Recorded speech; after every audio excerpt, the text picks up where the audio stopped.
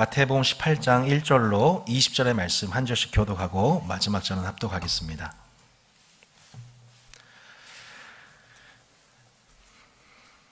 그때에 제자들이 예수께 나와 이르되 천국에서는 누가 크니까? 예수께서 한 어린아이를 불러 그들 가운데 세우시고 이르시되 진실로 너에게 이르노니 너희가 돌이켜 어린아이들과 같이 되지 아니하면 결단코 천국에 들어가지 못하리라. 그러므로 누구든지 이 어린아이와 같이 자기를 낮추는 사람이 천국에서 큰 자니라.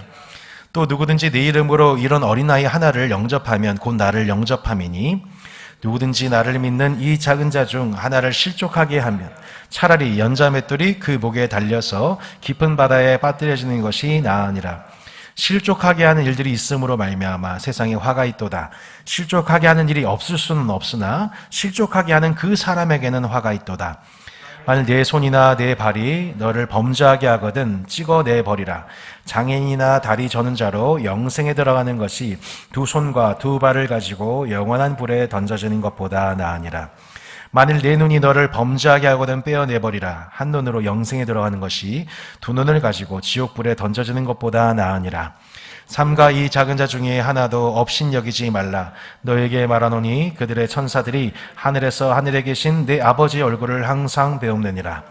너희 생각에는 어떠하냐? 만일 어떤 사람이 양 100마리가 있는데 그 중에 하나가 길을 잃었으면 그 99마리를 산에 두고 가서 길 잃은 양을 찾지 않겠느냐? 진실로 너에게 이르노니 길을 잃지 아니한 99마리보다 이것을 더 기뻐하리라. 이와 같이 이 작은 자 중에 하나라도 잃는 것은 하늘에 계신 너희 아버지의 뜻이 아니니라. 네 형제가 죄를 범하거든 가서 너와 그 사람과만 상대하여 권고하라. 만일 들으면 내가 내 형제를 얻은 것이요 만일 듣지 않거든 한두 사람을 데리고 가서 두세 증인의 입으로 말마다 확증하게 하라. 만일 그들의 말도 듣지 않거든 교회의 말하고 교회의 말도 듣지 않거든 이방인과 세리와 같이 여기라. 진실로 너에게 이르노니 무엇인지 너희가 땅에서 매면 하늘에서도 매일 것이요 무엇인지 땅에서 풀면 하늘에서도 풀리리라. 진실로 다시 너에게 이르노니 너희 중에 두 사람이 땅에서 합심하여 무엇인지 구하면 하늘에 계신 내 아버지께서 그들을 위하여 이루게 하시리라. 함께 읽겠습니다. 두세 사람이 내 이름으로 모인 곳에는 나도 그들 중에 있느니라. 아멘. 여러분, 오늘은 민수기에 이어서 마태복음을 통해 몸된 교회에 대해서 묵상하고자 합니다. 저희가 마태복음 강의를 이제 본격적으로 들어가기 앞서서 순차적으로 마태복음 1장부터 보는 것이 아니라 이 교회론이라는 주제로 마태복음 18장부터 오늘 보고자 하는 이유가 있습니다. 그 이유는 좀 이따 설명드리겠습니다. 자, 질문 하나 여러분 드리겠습니다. 마태복음의 저자가 누굽니까? 지금 제가 충격적인 얘기를 들은 것 같아요. 혹시 제가요 이러신 분 계셨나요? 자, 마태복음의 저자가 누굽니까? 네, 누구라고요? 마태. 네, 정답. 네, 정답. 성경 퀴즈대. 네, 맞히셨습니다. 마태이죠. 혹시 마태가 아니라고 생각하시는 분 계십니까? 네. 근데 여러분, 마태가 이 책을 왜 썼을까요? 마태가 이 책을 왜 썼을까요? 자, 그렇다면 여러분, 이 마태가 언제 이 책을 썼을까요? 학자들마다 약간의 의견이 있습니다. AD 60년설이 있고, 80년설이 있고, 이렇게 다 다른데요. 중요한 것은 마태복음이 어떤 배경에서 쓰여졌는가를 이해하는 게 마태복음을 읽을 때 되게 중요한 부분입니다. 여러분, 우리가 성경책 볼 때마다 66권 볼 때마다 먼저 배경을 공부를 해야 되는 것이죠. 여러분, 결론적으로 말씀드릴게요. 마태복음은요, 안디옥 교회를 배경으로 쓰여졌습니다. 어떤 교회요? 안디옥 교회를 배경으로 쓰여진 편지가 마태복음이라는 것을 여러분 기억하시면 상당히 도움이 됩니다. 안디옥 교회는 어떤 교회냐면 예루살렘 교회가 정치적인 핍박을 받았었을 때에 헬라파 유대인들이 그 핍박을 견디지 못해서 안디옥 지방으로 이동을 하다가 사도행전 11장을 보면 안디옥 교회에 교회를 세우게 됩니다. 일종의 분립개척 교회죠.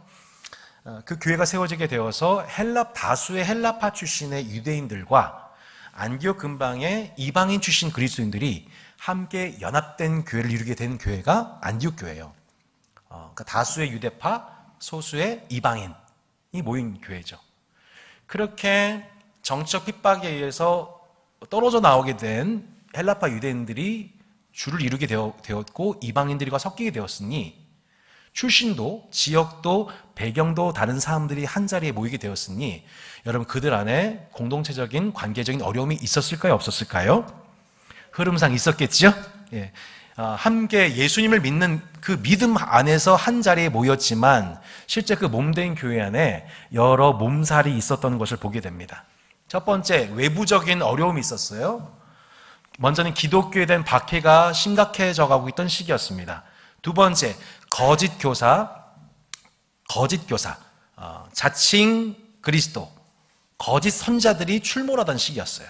이게 외부적인 어려움이었죠. 또한 내부적으로는 교회 내에, 그 안디옥 교회 내에 관계적인 시험이 드는 일들이 많아졌던 그 배경 속에서 쓰여졌던 편지가 이 마태복음입니다.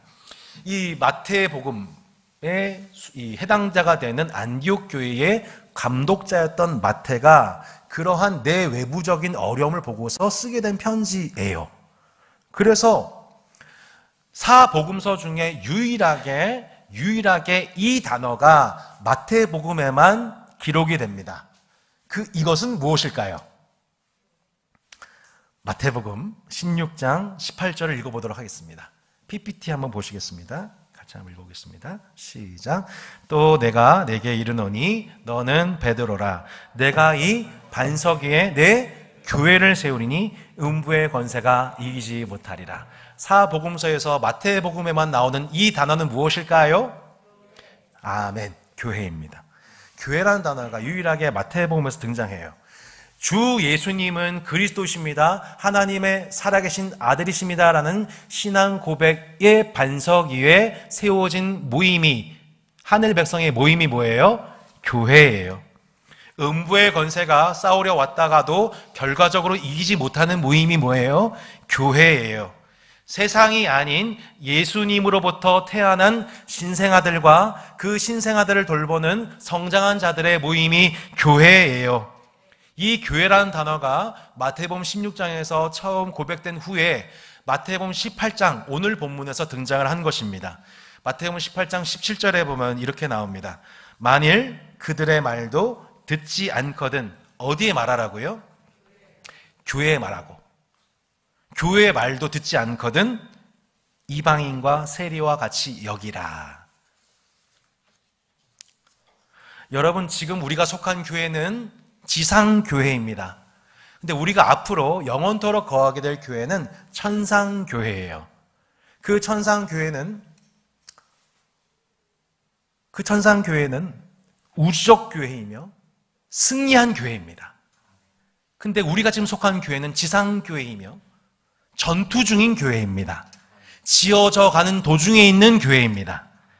지상교회는 음부의 권세에 대해서 최종 승리한 천상교회와는 다르게 음부의 권세와의 전투가 남아 있습니다. 천상의 교회는 그 모든 죄성이 소멸된 곳이지만 지금은 여전히 남아있는 옛사람과의 내면적 투쟁의 과정이 남아있는 교회 성도들 모임입니다. 몸된 교회가 됐다는 것은, 몸된 교회로 부름받았다는 것은 결국 형제도 나도 이러한 옛사람이 드러나는 곳, 그 드러났었을 때에 이 문제를 어떻게 해결하는 것이 지혜롭고 성경적인 것인지를 배우고 학습하고 열매 맺도록 저와 여러분이 그 지상교회로 구원받았다는 것입니다. 또한 천상교회로 구원받게 될 것입니다. 이 과정을 학습하는 거예요. 그죠? 이곳은 절대 의인들의 모임이 아닙니다. 죄인들이 모여서 서로의 죄를 고백하고 인정하고 그 형제의 죄에도 불구하고 형제를 용납하는 법, 또한 내 자신 또한 어떻게 용서받아야 하는지, 어떻게 용납받아야 하는지를 배우는 곳이 지상교회입니다. 동의하시죠? 15절 이하에서 보듯이 범죄한 형제가 발생될 경우에 몸된 교회는 그 형제를 이렇게 사랑해줘야 됩니다. 먼저 내가 그 사람에게 직접 권고해줘라.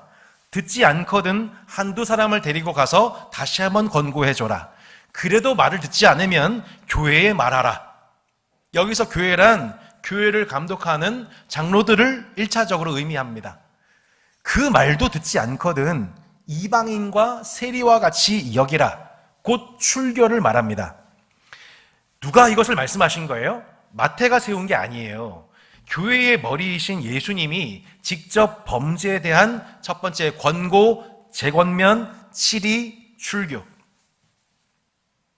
교훈, 권고, 치리, 출교에 관한 법을, 그 교회 법을 세우신 분이 누구예요? 주 예수 그리스도이십니다. 이로써 몸된 교회 전체의 거룩을 지켜갈 뿐만 아니라 그 한 지체 한 지체를 향한 하나님의 사랑, 회개할 기회를 얻게 하시는, 용서받을 수 있는 길을 주시는 한 사람 한 사람을 향한 몸된 교회의 사랑이 무엇인지를 마태복음 18장에 말씀하고 있는 겁니다. 따스한 교회는 머리이신 주 예수님을 섬기며 그분의 다스림을 받는 몸된 교회입니다. 몸된 교회로 성장하는 2023년 되기를 바랍니다. 그런데 우리가 진짜 몸된 교회로 성장하려면 예수님께서 몸된 교회에 대해서 말씀하신 마태복음 18장을 우리가 학습해야 됩니다. 마태복음 18장에 별명이 있습니다. 교회장입니다. 예수님이 교회에 관해서, 교회의 형제 관계 속에서 어떻게 하나님 나라를 이루어내는지 말씀하신 것을 총 편집해 놓은 장이 마태복음 18장이기에 우리는 순차적으로 1장부터 보는 것이 아니라 먼저 이 18장을 학습하고자 하는 것입니다. 마태가 한 가지 사건을 기억하며 특별히 자신이 속했던 예수님의 12제자 공동체, 마태가 목회를 담당했던 안디옥 교회 공동체 이전에 자신이 처음 부름받았던 개척교회인 예수님의 12제자 공동체의 한 가지 에피소드를 기억하며 오늘 본문을 시작하고 있습니다. 1절 말씀을 보시겠습니다. 18장 1절입니다. 그때에 제자들이 예수께 나와 이르되 천국에서는 누가 크니까? 아멘.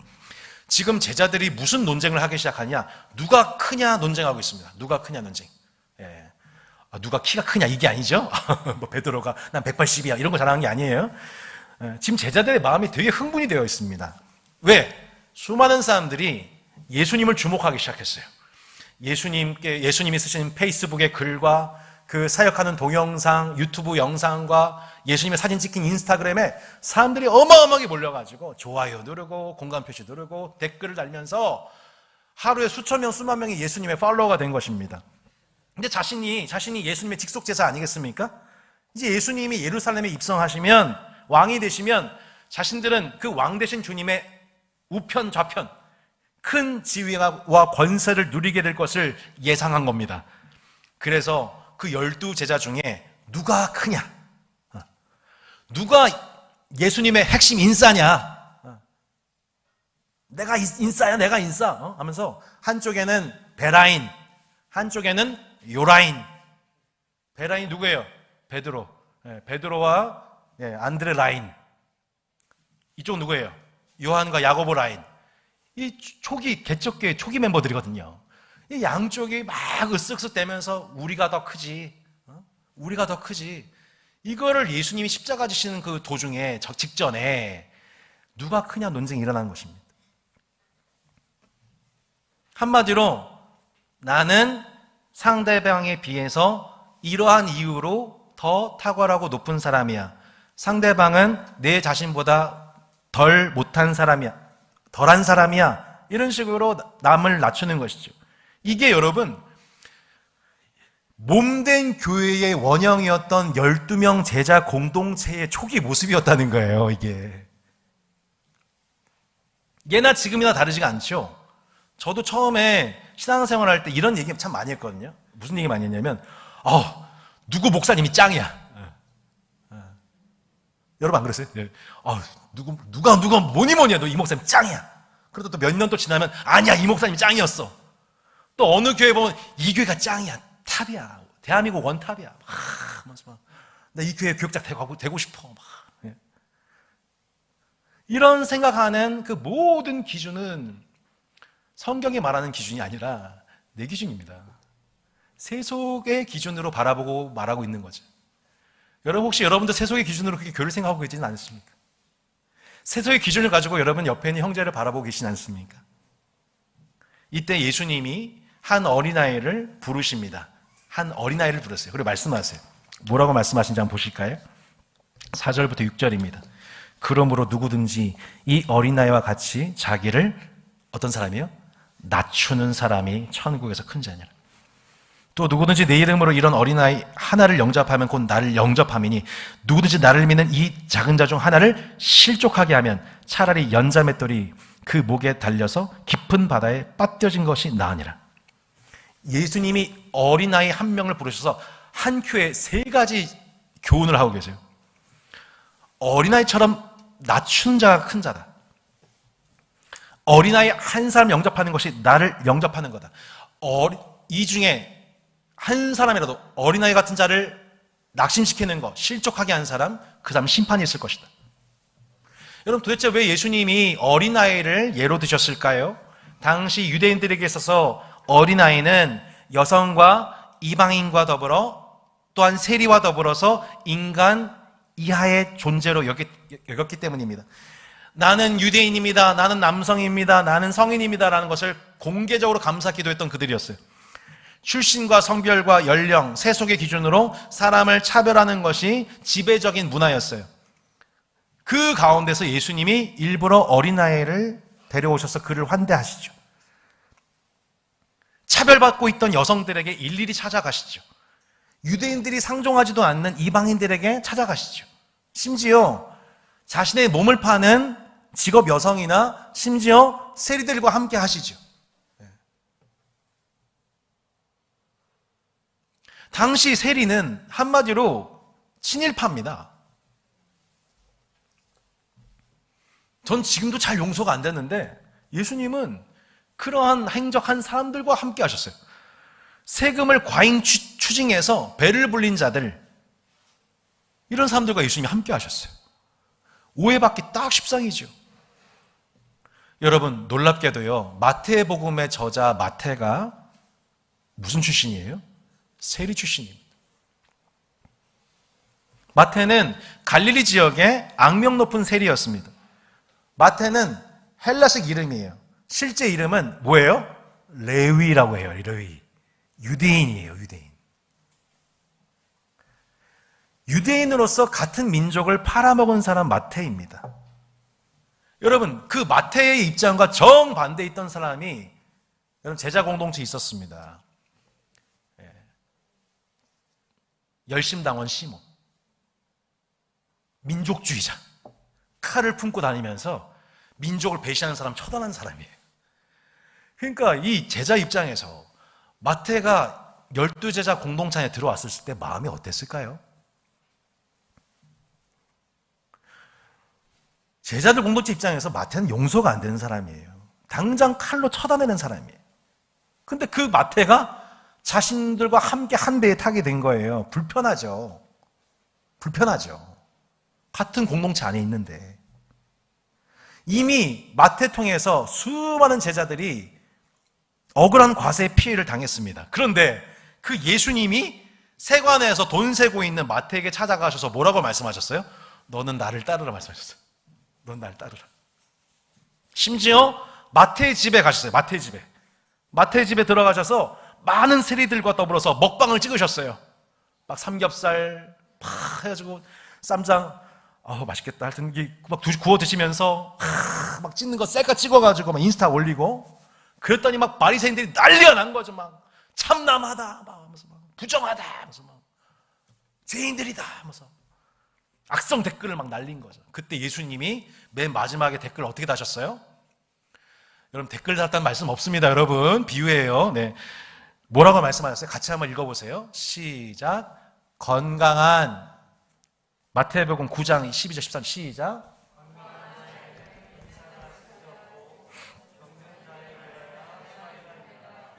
너희는 가서 내가 긍휼을 원하고 제사를 원하지 아니하라 하신 뜻이 무엇인지 배우라.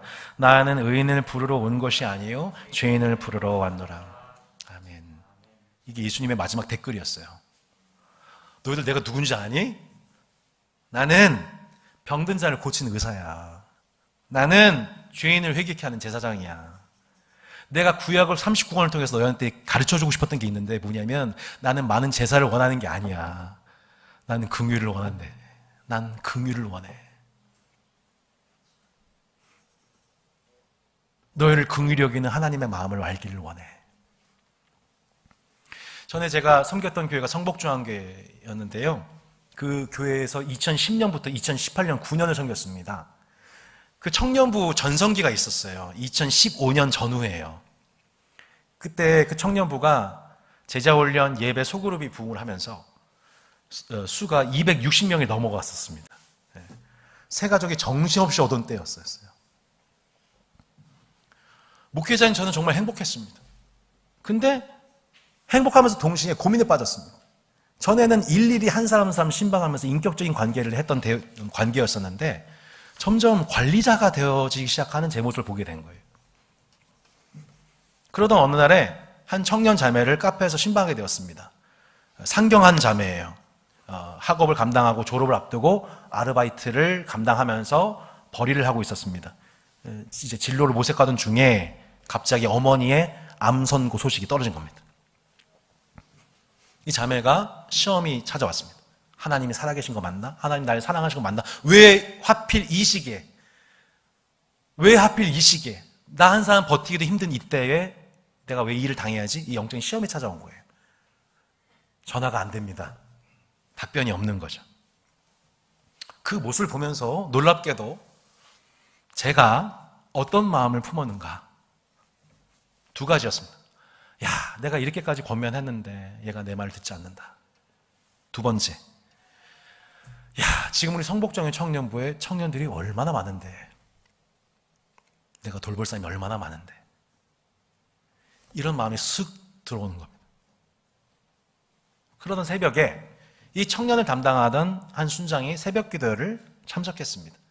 근데 기도회 내내 이 자매가 엉엉 우는 거예요. 순장이. 정황상 이 청년을 위해서 기도하는 것이 눈에 보였던 거죠. 그 눈물 모습 보면서 저도 감동돼서 막 울면서 기도하다가 그날 새벽에 한 가지를 결단을 했습니다. 내가 오늘 모든 스케줄을 다 정리하고 이 청년 만난다. 내가 모든 스케줄을 다 정리하고 이 청년 만난다. 그래서 연락도 안 되는 이 자매를 찾아서 하루 종일 수소문 끝에 한 가지 정보를 얻었어요. 어렵게. 저녁에 그 정보가 입수가 됐어요. 신촌 세브란스 병원에 어머니가 입원하고 계시다는 소식을 간신히 얻게 된 거예요. 그 소식 듣자마자 바로 차를 몰고 그 밤에 오해를 무릅쓰고 신촌 세브란스 병원을 향했습니다. 병원이 얼마나 넓은지요. 와, 병원이 얼마나 큰지요. 이 넓은 곳에서 이 자매의 어머니를 어떻게 내가 만날 수 있을까? 청년도 계속 전화를 안 받아요. 그래서 중앙 로비에서 한 30분 동안 앉아가지고 청년과 어머니를 생각하면서 울면서 기도를 했습니다. 하나님, 저 이 청년 한 번만 좀 만나게 해주십시오. 한 번만 좀. 그러면서 이건 저 개인의 간증이지만 이상하게 하나님 눈물이 약하셔가지고 제가 울면 하나님이 복을 많이 주세요. 안 믿어도 됩니다만 그때 이렇게 울었어요. 하나님 좀 한 번 좀 만나게 해주세요. 불쌍히 여겨주세요. 근데 참 감사하게도 이 청년이 부재중 전화를 확인을 하고 저한테 연락을 그 밤에 준 거예요. 그때가 밤 한 10시쯤 됐었습니다. 세브란스 병원 사람들 아무도 없는 중앙 로비에서 전화를 받고 병실에 갔습니다. 알고 봤더니 어머님이 이제 시한부 인생 판정을 받은 상황에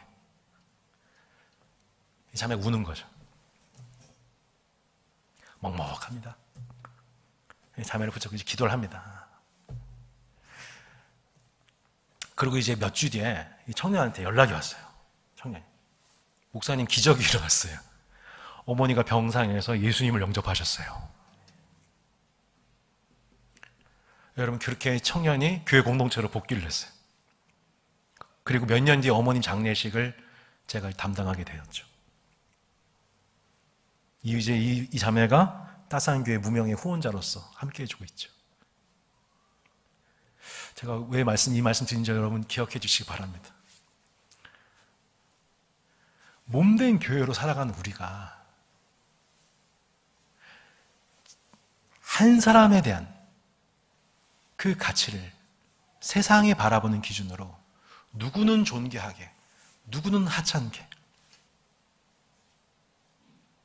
사람의 수의 논리, 세속의 논리에 따라 한 사람을 바라보는 것을 예수님이 어마어마하게 미워하십니다.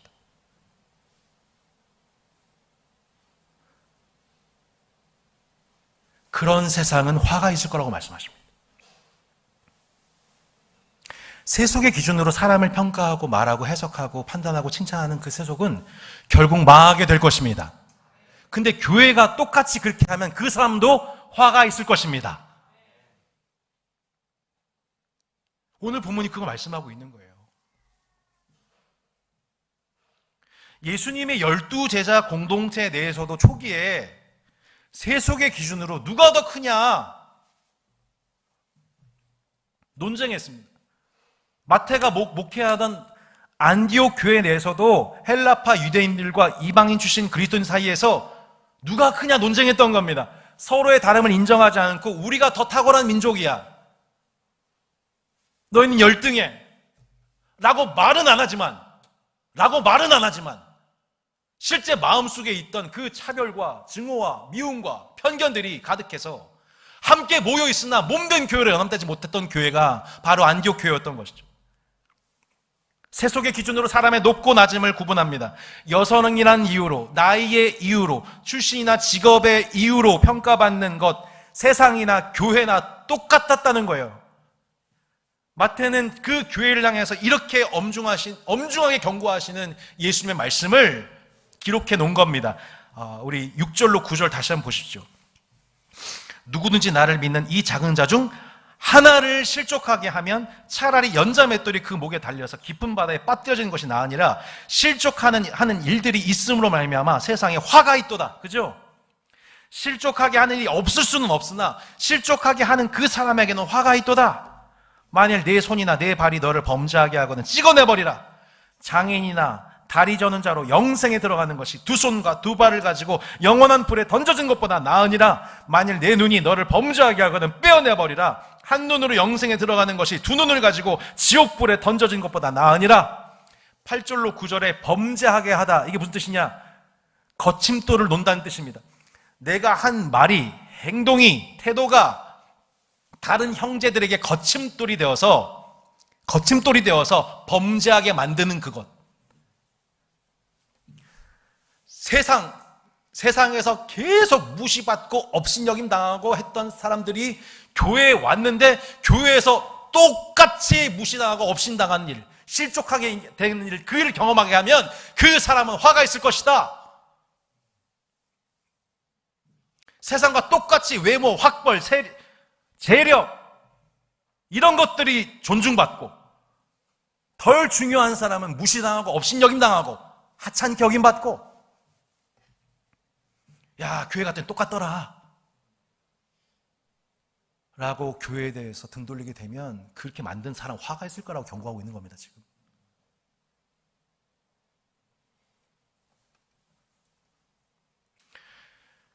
우리 안에 만약 그러한 범죄가 드러나거든, 교회의 치리를 받기 전에 어떻게 치리하라는 거예요? 셀프로 치리하라는 거예요. 어떻게 하라고요? 찍어버려라. 빼어버려라. 내 눈이 세속적인 욕망에 찌들어 있으면 차라리 그 눈 뽑아버려라. 내 손과 발이 그런 세속적인 생각에 의해서 움직이거든, 그 손과 발 찍어버려라. 청소년 여러분 계셔서 제가 높아시면 말씀드려요. 진짜 찍으면 안 됩니다. 진짜 뽑으면 안 돼요. 제가 혹시나 해서 진짜 높아시면 말씀드려요. 그러면 안 돼요. 말씀을 제대로 해석해야 돼요. 어떻게 해요? 그런 죄악된 습관을 뽑아버리고 찍어버리고 회개하라는 뜻입니다. 마태복음 18장 15절 20절이 교회의 치리예요. 한 사람이 회개할 수 있도록 너가 가서 상대해줘라. 한두 사람 더 등참해라. 그래도 안 되면 교회도 등참해라. 한 사람 회개할 수 있도록 교회 치리를 얘기하는데, 그 교회 치리 전에 무슨 치리하라? 셀프로 치리하라. 내 자신. 제가 무식해서 치리가 영어가 몰라가지고 셀프 치리라고 했습니다. 용납해 주시기 바랍니다. 여러분, 셀프로 치리할 수 있는 여러분 되시기를 축복합니다. 이게 주님의 명령이에요. 내 안에 그런 세속성, 세속에 찌들어 있는 내 눈과 내 손과 발과 마음과 생각을 보거든 그거 드러났었을 때 얼른 그거 찍어버리라는 거예요. 빼내버리라는 거예요. 그래야 천국 간다는 거예요. 그게 영생의 비결이라는 겁니다. 할렐루야.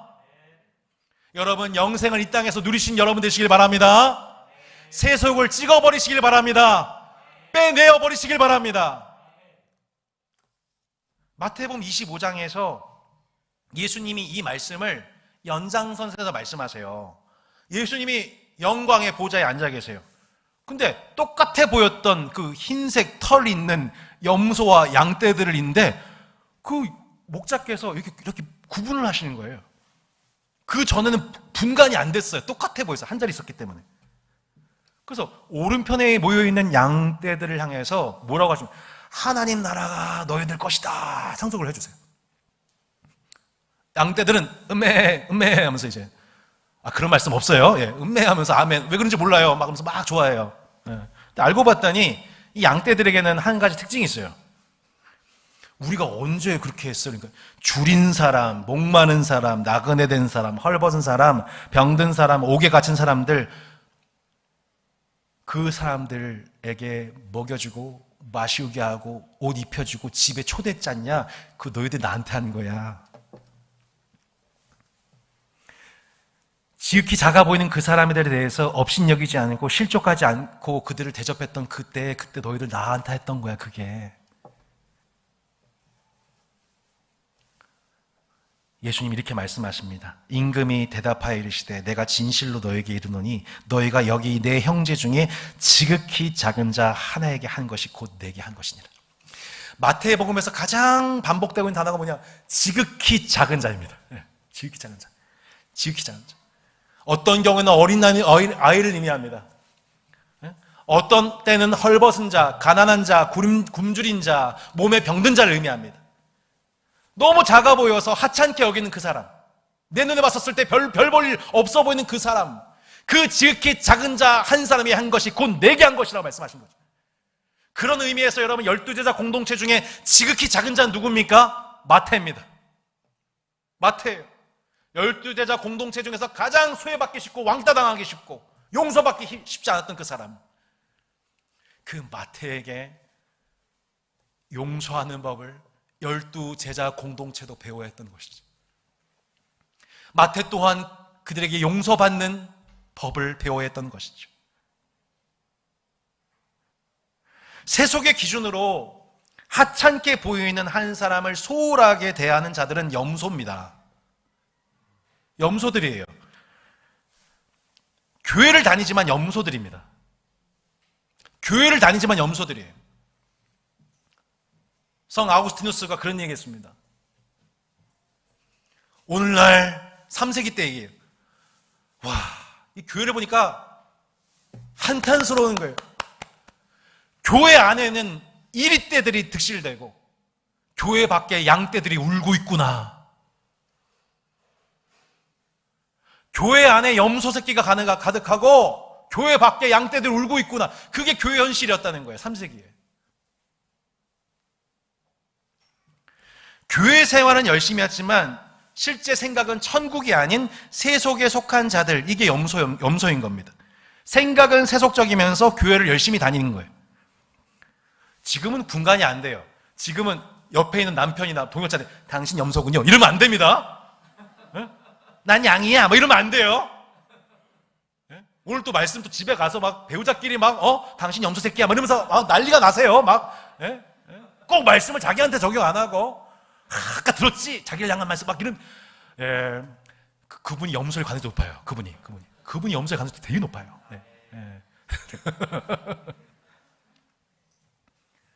지금은요, 분간이 잘 안 돼요. 근데 언젠가는 명확하게 구별이 돼요. 우리가 지상교회를 겪으면서 실망했던, 실족했던 그 많은 일들이 그게 결국엔 주님의 양떼들에 의해서가 아니라 염소들에 의해서 주의 지상교회가 그렇게 시험이 들었던 거였구나. 명확하게 구분되는 날이 와요. 명확하게 구분된 날이 올 것입니다. 그러므로 주님의 소중한, 주님의 기르시는 양떼된 여러분, 염소들의 존재와 활동에 대해서 너무 큰 시험 들지 마십시오. 시험에 들지 않게 깨어 기도하십시오. 언젠가 주님이 명확하게 판별하시고 심판하십니다. 그리고 오른편에 속한 양떼들에 대해서 하나님 나라를 상속하여 주십니다. 세속의 기준이 아닌 우리 안에 들어오게 된 새로운 하나님 나라의 기준을 보면서 그 기준이 들어온 사람들은 어떤 태도의 변화가 나타난다는 거예요? 지극히 작은 자 한 사람, 사람들 보기에 누가 봐도 하찮고 업신 여길만 하고 별 볼일 없고 교회에 도움 별로 안 될 것 같고. 여러분, 신천지는 참 기가 막혀요. 그죠? 기가 막힌다. 신천지는요, 돈 많은 성도들만 고른대요. 힘센 청년들만 전도한대요. 무슨 이런 놈들이 다 있습니까? 근데 그 신천지처럼 몸된 교회가 세속의 기준을 가지고 사람을 보는 눈빛이, 마음의 눈빛이 똑같이 세속의 기준에 쪄들어서 그 세속성을 벗겨내지 못하고 찍어버리지 못하고 회개하지 않고 세상에서 실족한 사람들 또 교회에서 실족하게 하면 그 교회는 화가 있는 거예요. 아멘이시죠? 그렇게 업신여기고 실족시키려는 그 모습을 내 안에서 볼 때에, 그게 내 안에서 발견될 때에 여러분 주님 앞에 이렇게 고백하세요. 화로다, 화로다, 나로 망하게 되었도다. 이사야가 얘기했던 것처럼, 야, 진짜 망할 모습이다 이거.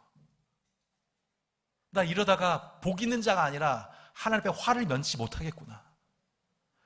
여러분, 우리 안에 찌들어 있는 세속성을 발견하고 회개할 수 있는 복 있는 여러분 되시기를 예수 이름으로 축복합니다. 서로에게 낮출 수 있기를 바랍니다. 그 자가 천국에서 높여질 것입니다. 마지막으로 12절로 14절 말씀 읽어보겠습니다. 12절로 14절입니다.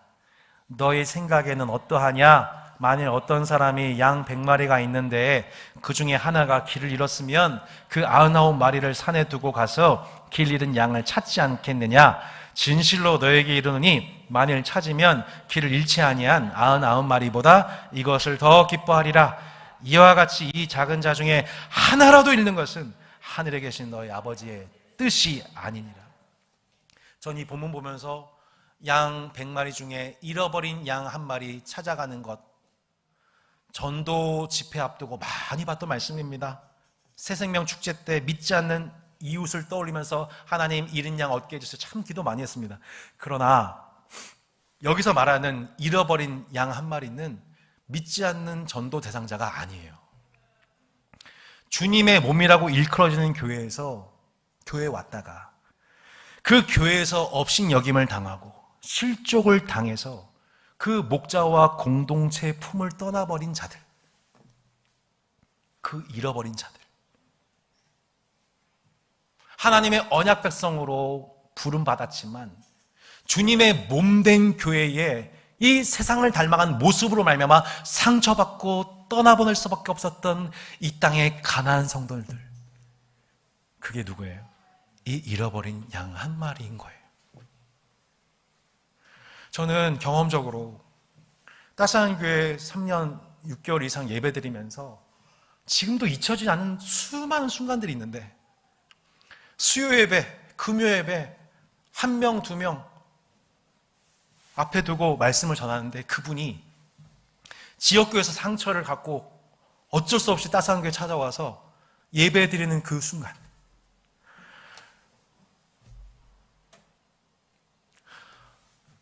주님이 그 주신 100명, 2000명, 10,000명이 모인 회중에서 느낄 수 없는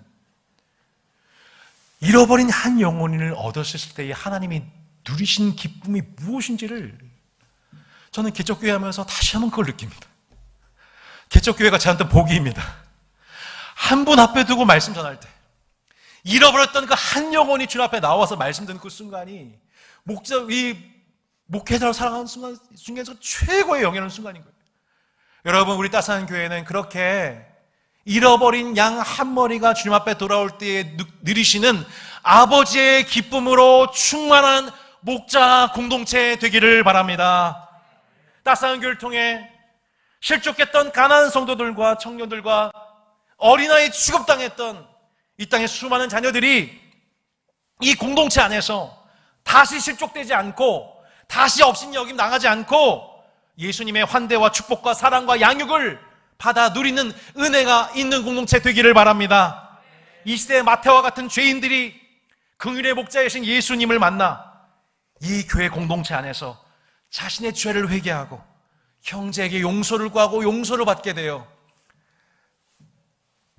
지극히 작은 자였던 마태가 이 복음을 안디옥 교회 공동체에 전파하는 감독자로 서게 되는 그 은혜의 영광이 우리 따스한 교회 지체들 가운데도 있기를 예수 그리스도 이름으로 축원합니다. 아멘.